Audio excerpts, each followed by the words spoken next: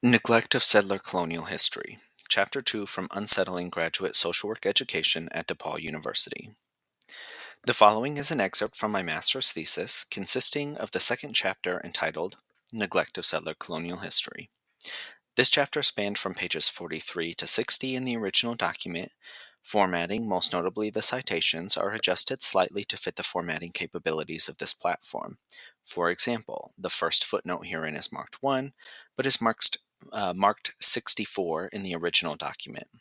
This is because footnotes begin again at 1 with every new post, as opposed to continuing to climb throughout one cohesive document. I also want to point out that some citations reference previously cited sources, and in the original document included only the last names of the authors and the page number, not the whole citation.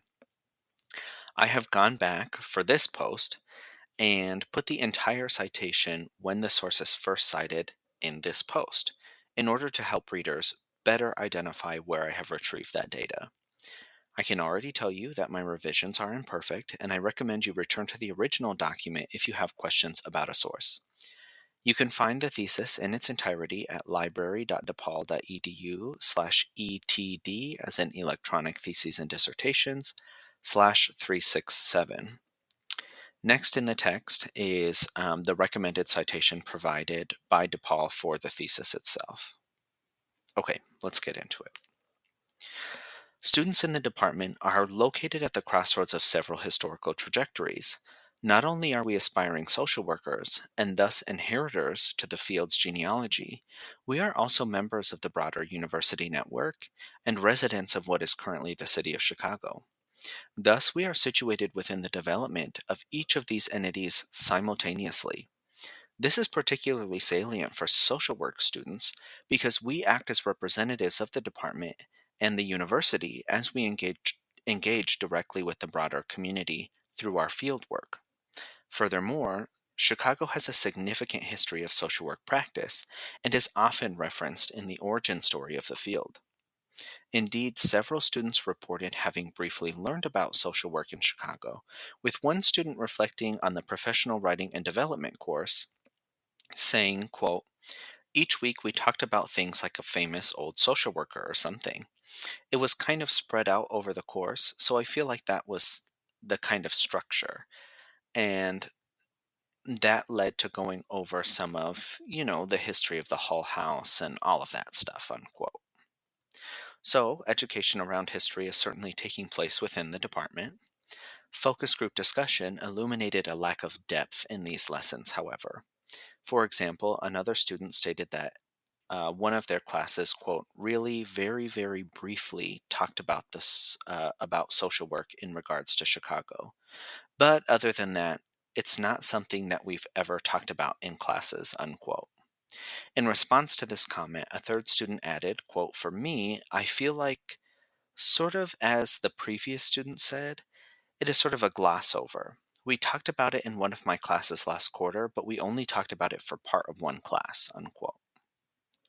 The fourth student reported a particularly memorable interaction with a professor, wherein another student raised the topic of history and the professor declined to engage in discussion. The student reported, quote, "I have had instances of students trying to speak up about the history of social work and being shut down by the professor, though. So I will say that's why I don't really believe that I will be taught about it very much, because the professors seem a bit reluctant or a bit defensive about the history of it when it's brought up," unquote. When asked to share more about one of these examples and speak to the professor's rationale for shutting students down when asking to speak on this topic, the student explained that, quote, "They don't have it. That's why it was so memorable to me, because I remember they just said, 'That's not what we're talking about right now.' And that was just it, each time." The particular student that I'm thinking of has done it multiple times, and every single time, even though it was always pretty relevant, I believe the professor just said, "That's not what we're talking about." Or at one point they said, "That was brave of you to disagree with me." But the student wasn't disagreeing, they just offered more facts, unquote. This chapter treats the city of Chicago, DePaul University, and the field of social work as entities in and of themselves, which are all situated in a history of settler colonialism.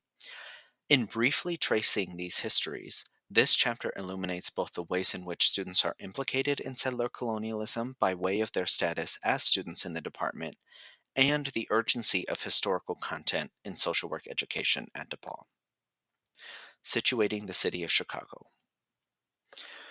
Despite studying in what is currently the city of Chicago, as well as doing field work, paid labor, and living in the area as well, students report not being taught about the history of the city in social work education at DePaul. One student stated, quote, "I don't think ever in any of my classes we've talked about the history of Chicago really," unquote. Nevertheless, Chicago has a dense history both directly and indirectly related to social work, and always already balanced on the elimination of Native peoples. No matter where you are, in what is currently known as the United States, you are on Native land, and the city of Chicago is no different. Most frequently cited as the native peoples of this land are the Potawatomi, Ojibwe, and Odawa, together known as the Three Fires Confederacy. Other peoples often cited are the Ho-Chunk, Sac and Fox, Miamia, Kickapoo, and Peoria peoples. The current day city of Chicago is vast, and it is therefore not difficult to imagine that all of these different peoples had a relationship to the land that it occupies. It is important, however, to speak with some level of specificity regarding the impact that Chicago's development has had on Native peoples historically and contemporarily. There were a number of treaties which facilitated settler access to this land, most notably the Treaty of Chicago in 1833. The signing of this treaty was witnessed by hundreds of natives and non-natives. Leading up to the signing of the treaty, several conflicts had arisen as settlers encroached farther and farther into unceded Potawatomi territory. In order to avoid further conflict and secure safety and support for their tribe, the leaders of the Potawatomi ceded land in what is now Illinois, Wisconsin, and Michigan to the U.S. and began to march to scattered land allotments throughout the Midwest. With the land legally in their possession, settlers began executing their city plans. In order for Chicago to be the bustling Midwestern metropolis they envisioned, routes previously established by native peoples were integrated into the city blueprint. Trading routes and trails became roads, and some were developed into the highway system, which currently enables travel in, out, and through the city. Settlers also took advantage of the opportunity to expand their agricultural production and trade with access and resources made available through land acquisition. Initially inspired by the robust farming practices of the Potawatomi, settlers such as the famous John Deere developed technology to quote unquote unlock the potential of the soil, expand their businesses, and accumulate wealth.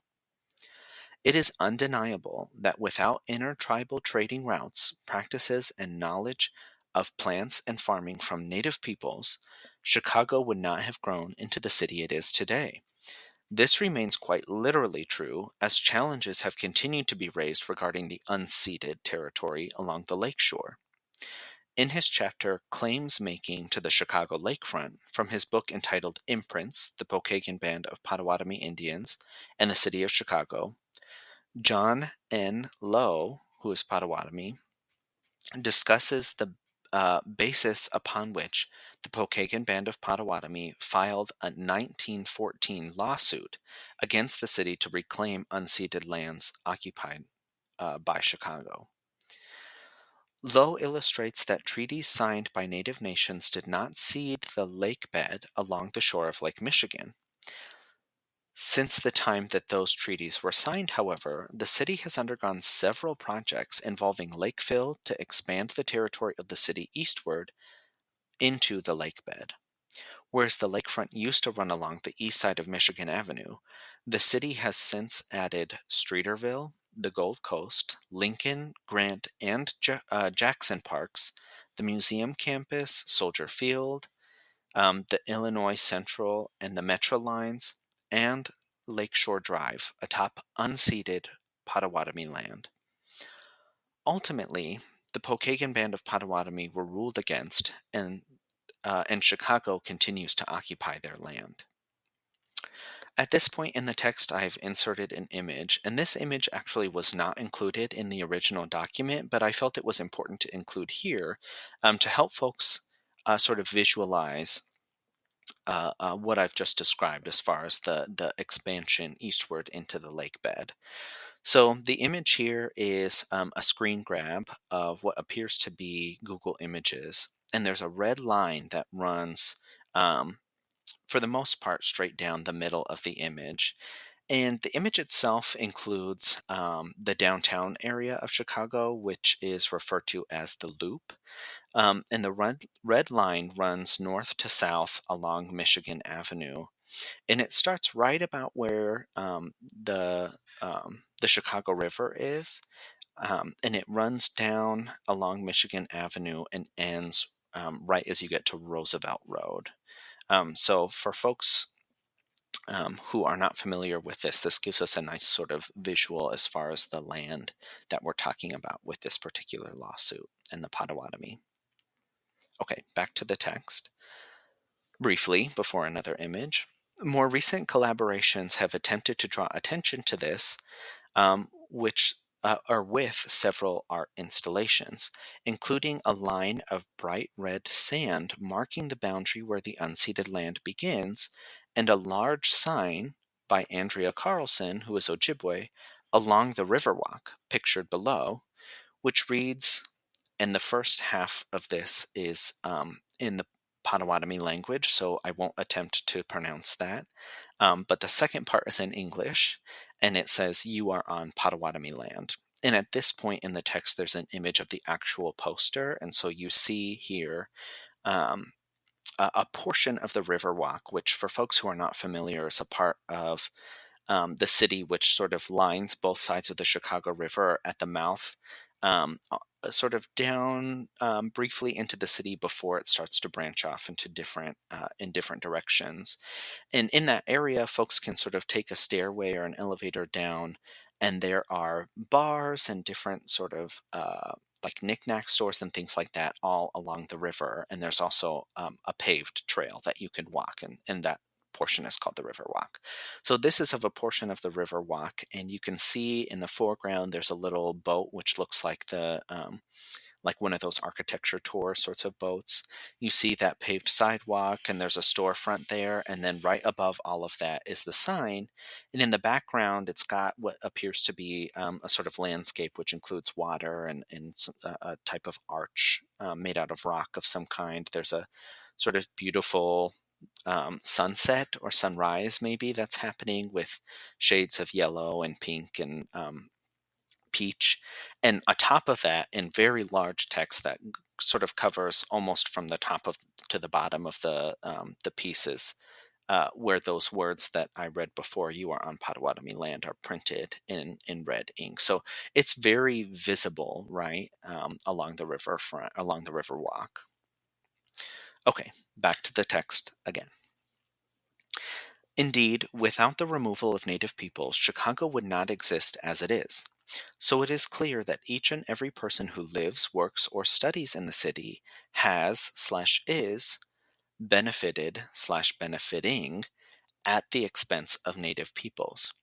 We must ask ourselves how the plot upon which our apartments and houses rest, the roads we take, or the sprawling campus on which we go to class would be different in lieu of settler colonial efforts.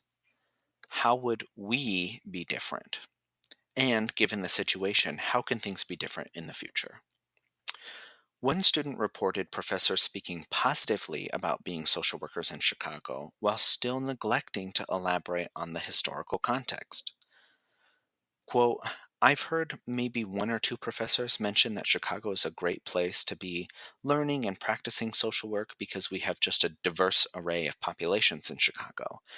And it's this dense urban environment that, you have a lot of options once you graduate for what kind of work you might want to do, but not like the history or even necessarily giving a ton of context with the city itself. So, yeah, pretty minimal." Unquote. Chicago is a dense urban environment, as this student's professor said. Currently, due to the history of both removal and of relocating Native peoples. Native peoples were relocated from tribal reservations to large cities such as Chicago through the Indian Relocation Act of 1956. Starting with a particular focus on Diné or Navajo and Hopi individuals, relocation policy expanded from the Navajo Hopi Act to Operation Relocation, which included other tribal communities. Expansion also meant establishing field offices in Chicago and other major cities. Eventually, the Indian Relocation Act was passed and natives began flooding into urban areas with the promise of developing their professional skills, finding jobs, pursuing education, fighting impoverishment, and more.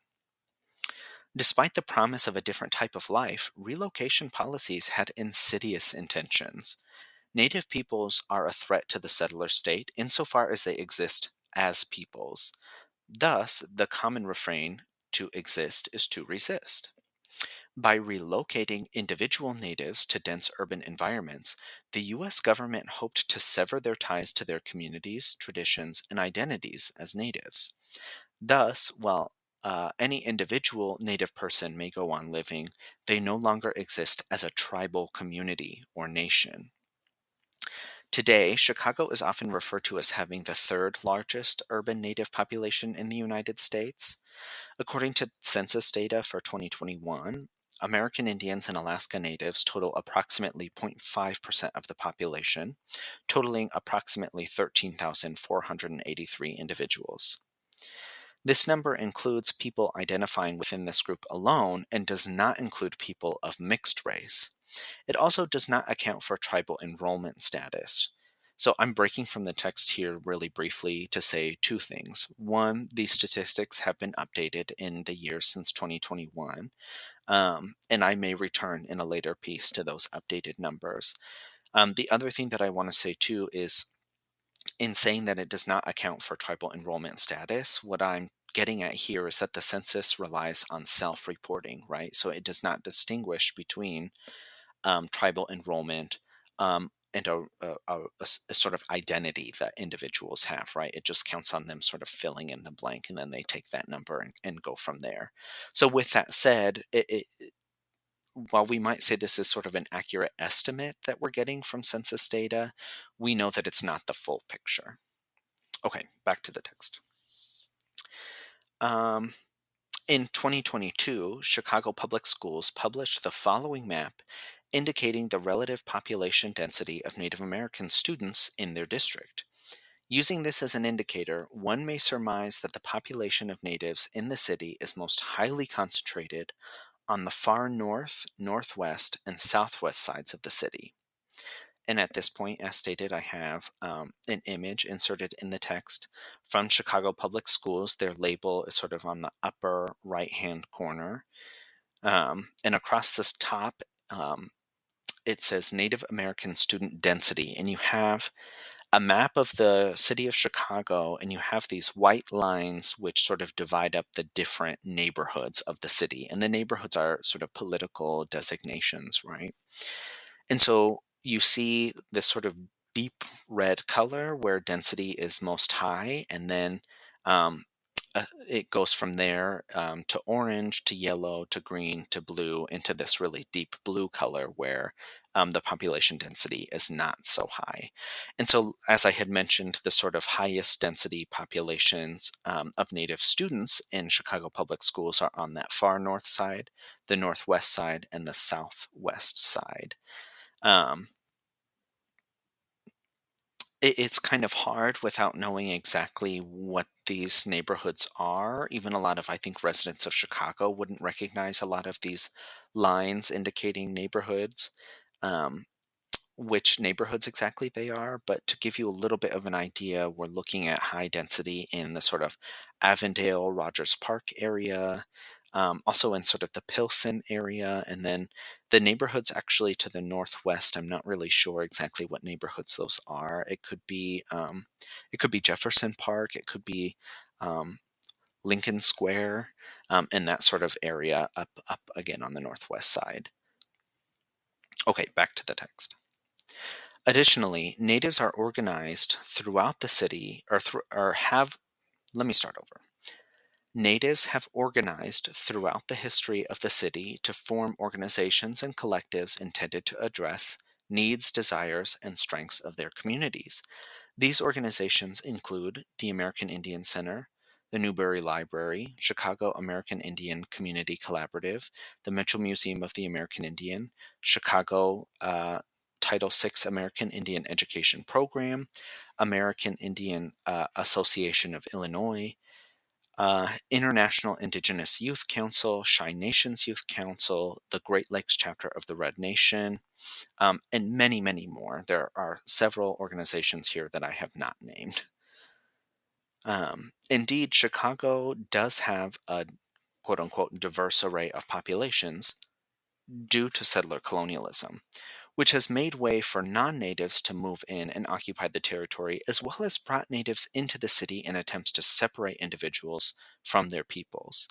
Therefore, the settler history of the city cannot be neglected if social work education is to prepare students to work with and among those populations.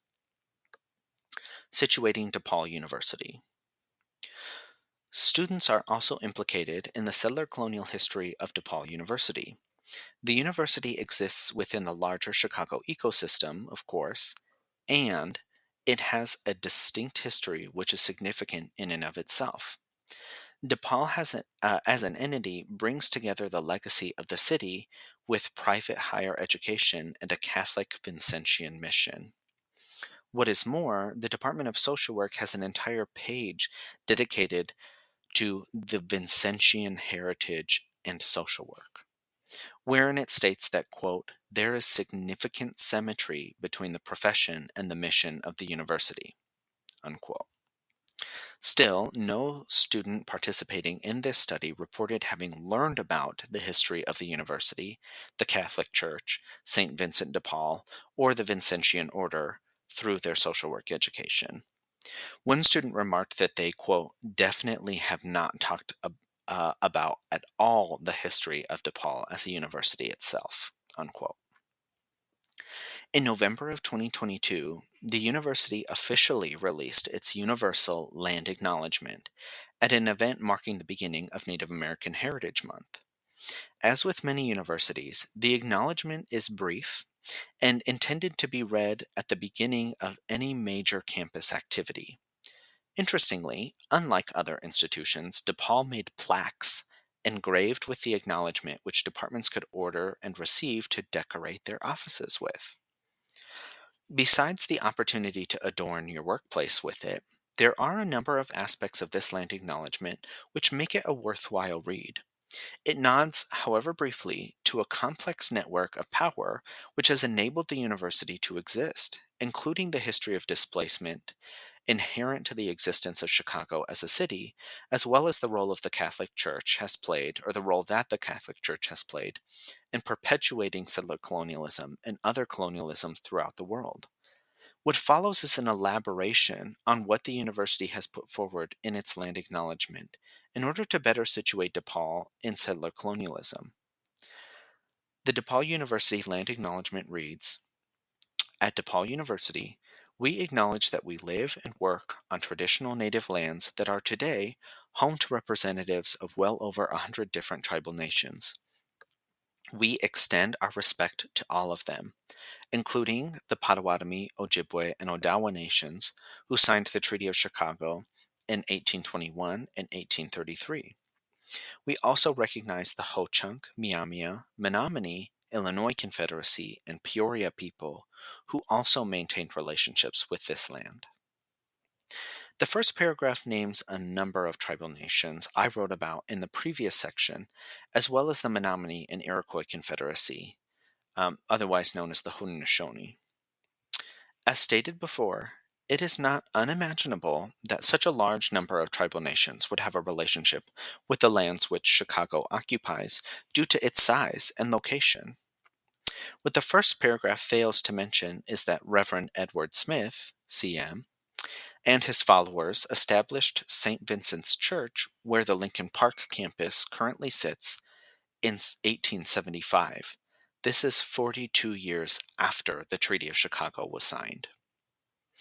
At this point in the text, there's another image which was not included in the original document. And this image was retrieved from the web page, the DePaul web page, which sort of gives a timeline of the university's history. And this is one of the very first images featured, which is of St. Vincent's Church, and what I'm guessing is those first decades in which the church existed. And the picture is very old-timey looking. It's in grayscale. The resolution is quite low, and you see this big sort of church built in the center of the picture, and it has this sort of classic Catholic look to it. It's very tall, looking to be at least 3 or 4 stories, with a triangle top. There's a sort of chimney looking protrusion, which looks like it might also hold a bell potentially, and there's a cross at the top, or on top of that. And then surrounding the actual structure, there's a wooden fence, right, which looks like it could have been used for to fence in a garden, or maybe animals like horses or something like that. And then there are some other sort of unidentifiable structures and some trees and things like that in the surrounding area. While it might be considered moot to theorize whether or not Reverend Smith would have been able to purchase land and start a church if the Potawatomi and other native peoples had not already been forcibly removed and the city of Chicago put in place, it is undeniable that events would not have played out in the same manner if colonization was not already underway. The establishment of St. Vincent's Church in 1875 and the opening of St. Vincent's College, later to become DePaul University, in 1898 were made possible at the expense of Native peoples. Simply stated, the church, college, and university are on Native land and owe their location, prestige, and overall state of existence to the Potawatomi and other Native peoples. Furthermore, each of the peoples mentioned in this first part of the acknowledgement continue to exist today as peoples. Many, including the Potawatomi, Mililak's band of Ojibwe, and the Little Traverse Bay bands of Odawa, are federally recognized tribes with sovereign governments. Many host events, run community programs, and operate successful enterprises. Despite having been the subjects/victims of violent colonial displacement and continued neglect of the U.S.'s trust responsibilities outlined in the Treaty of Chicago, these peoples maintain their relationships with one another as a tribe and as a nation. The acknowledgement continues.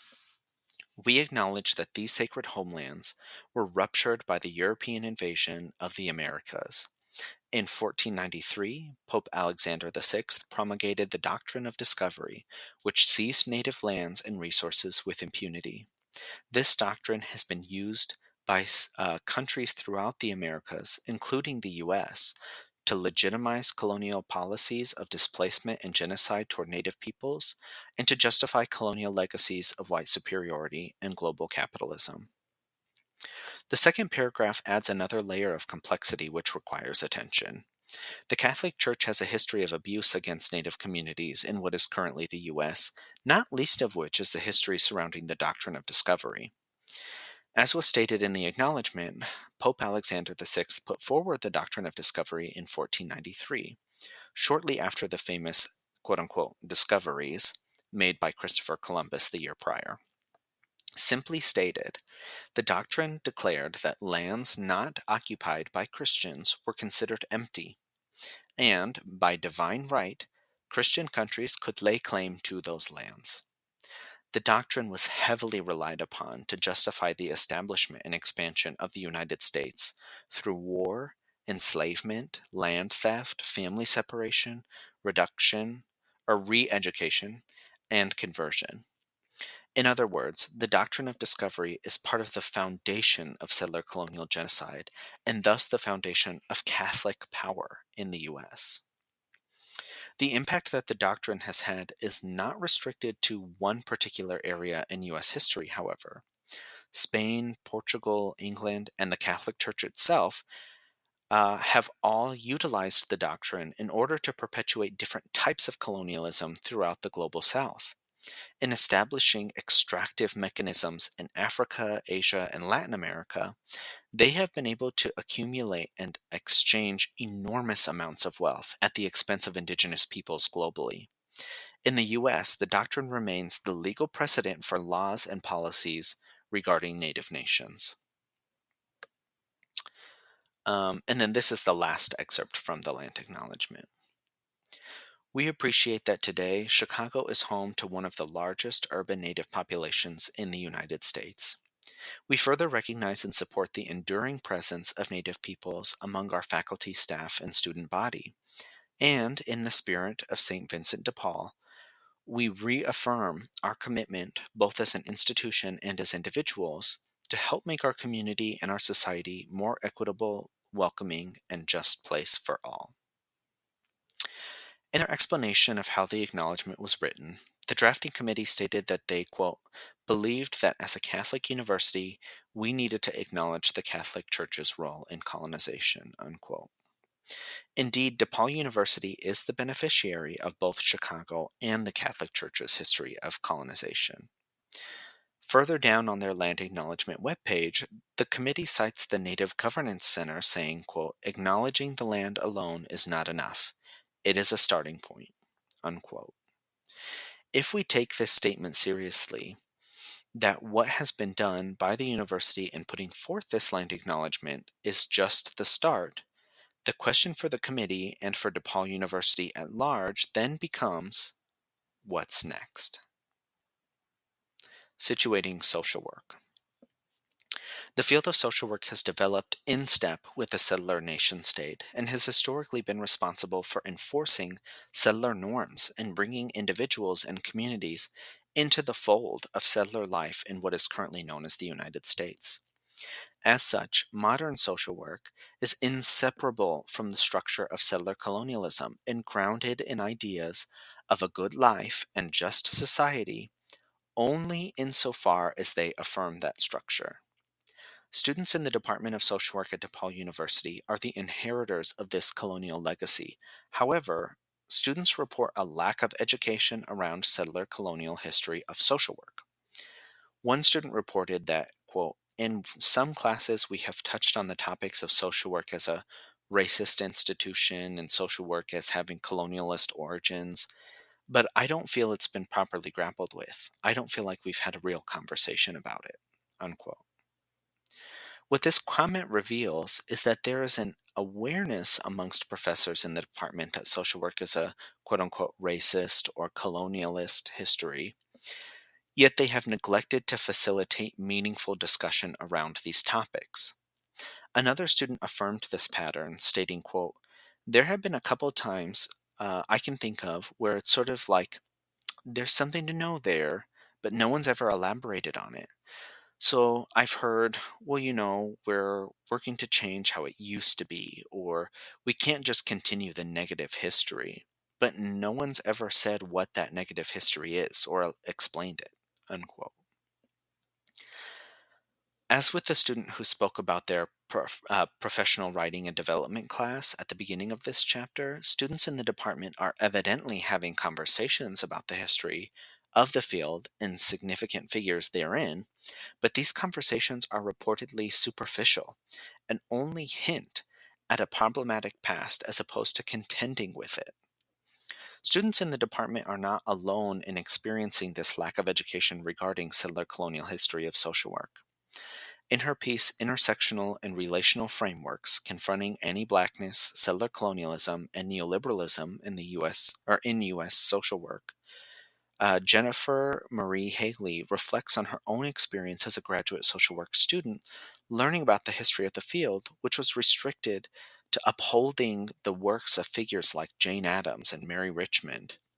Haley recalls that, quote, these lessons that centered white women as saviors failed to recognize the harm done by the imposition of whiteness and respectability politics onto the communities they were allegedly saving, unquote. Indeed, the early projects were where modern social work finds its origins, are nothing more than complex efforts to promote assimilation into the dominant settler society. Clark and Yellowbird argue in their chapter Grounding Modern Social Work that settlement houses, such as Jane Addams' Hull House in Chicago, viewed, quote, assimilation as the main route to achieving acceptance in the dominant white American social order. And they utilized an Anglo American Christian model of social work to simultaneously bring people into the folds of settler society and exclude people of color from receiving services. These early practices secured white women's place within the emerging settler society and were the precise methods through which white women pushed for the professionalization of social work as a field. Citing Margaret D. Jacobs' book entitled White Mother to a Dark Race: Settler Colonialism, Maternalism, and the Removal of Indigenous Children in the American West and Australia, 1880 to 1940, Haley further contextualizes the professionalization of social work through the works of Adams, Richmond, and their successors as directly supporting the settler colonial structure, and, in fact, co-constitutive with settler colonialism. Quote, white women reformers proved themselves to be fit for policy making and governance by making themselves indispensable to completing colonization, by implementing Indian removal and relocation policies beginning in the late 19th century. And they participated in the genocide of indigenous people under the political guise of assimilation policies, specifically using child removal and relocation practices to meet their end goal. Unquote. Child removal and relocation and other methods of family separation continues to be one of many approaches to eliminating Native peoples. Removing a child from their family, community, tribe stifles their relationship to land, ancestry, ceremony, community, and self. Substantial testimony from survivors of boarding schools for Native children and foster care attests to the devastating impacts family separation can have. With regard to social work, practitioners have continued in the legacy of their/our originators by playing a significant role in family separations via the foster care system.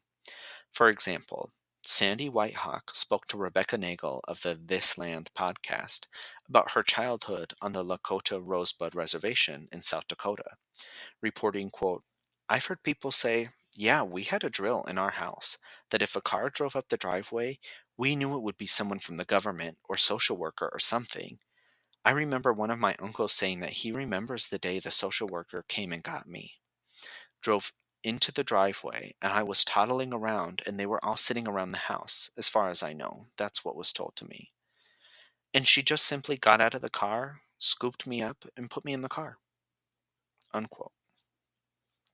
Throughout the mid 20th century, state and private agencies were removing as many as 25 to 35% of Native children from their families and placing approximately 85% of that 25 to 35%, 85% were placed in non-Indian foster and adoptive homes. According to the National Indian Child Welfare Association, Native children in foster care were in foster care at a rate 2.7 times greater than their population in the proportion in the general population. Social work practitioners were the foot soldiers of the settler states' attempts to eliminate Native peoples through family separations, and therefore were directly implicated in settler colonialism. As their contemporaries, it is incumbent upon us to reckon with this settler colonial history in order to work toward radical change and prevent further harm. Indeed, opportunities to address the harm done through child removal and relocation continue to present themselves today through the defense of the Indian Child Welfare Act, or ICWA. The U.S. Congress passed the Indian Child Welfare Act in 1978 to address the issues stated above. While this legislation has been regarded as highly effective and the gold standard in child welfare, current challenges are being heard by the U.S. Supreme Court which threaten to undermine the act. Social workers thus have a current opportunity to participate in defending ICWA and tribes' authority to govern their own citizens. Ongoing challenges to ICWA are part of a broader effort to attack the foundations of tribal sovereignty. The repeal of ICWA would not only upend a law in place for more than 40 years, but also undercut the heart of tribal sovereignty and the federal government's trust responsibility to Native communities. For that reason, it is imperative that social workers take advantage of opportunities to better understand and support tribal sovereignty. In fact, the Council on Social Work Education has identified education around sovereignty as vital to learning for learners in the field. Any social work program that wishes to hold a semblance of legitimacy within the field seeks accreditation through the Council on Social Work Education, or CSWE. According to the CSWE's 2022 Educational Policies and Accreditation Standards, quote, accreditation is a system for recognizing educational institutions and the professional programs affiliated with those institutions as having a level of performance, integrity, and quality that entitles them to the confidence of the educational community and the public they serve. Unquote. It is a peer review process that is held in high regard. The message I have received throughout my experience in both bachelor and master level programs is that accredited programs are legitimate and reliable, whereas unaccredited programs are risky to participate in, not professional or rigorous, and potentially not using the same theories and pedagogies as the rest of the field. The educational policies and accreditation standards include a number of topics which social work programs should include, referred to as competencies. Quote unquote, tribal sovereign status was added under the third competency, engage anti racism, diversity, equity, and inclusion in practice. In 2015, it was added, and it remained in the 2022 policies and standards. Thus, programs which seek to remain accredited should be teaching about tribal sovereignty in some way. There is some flexibility as to how this happens. Programs can include education around this topic in explicit curricula, such as a class on the topic, or in implicit curricula, meaning that lessons are somehow incorporated into classes or events not explicitly about the topic.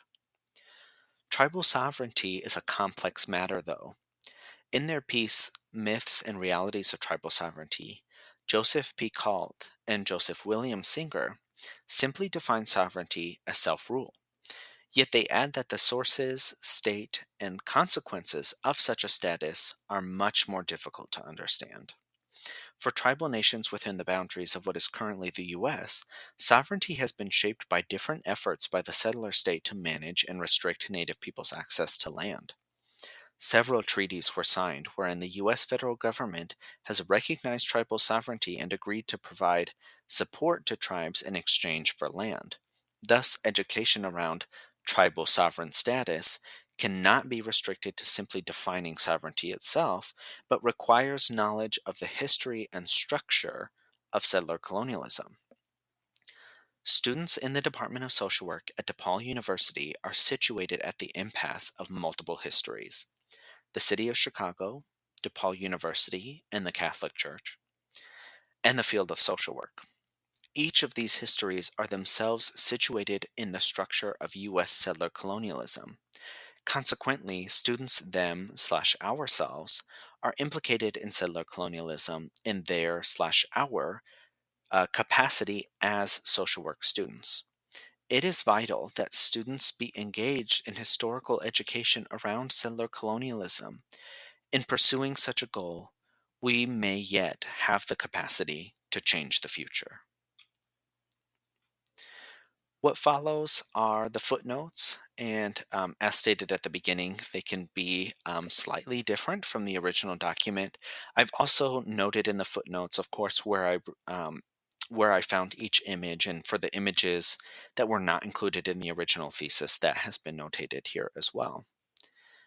As always, thank you so much for listening and or reading.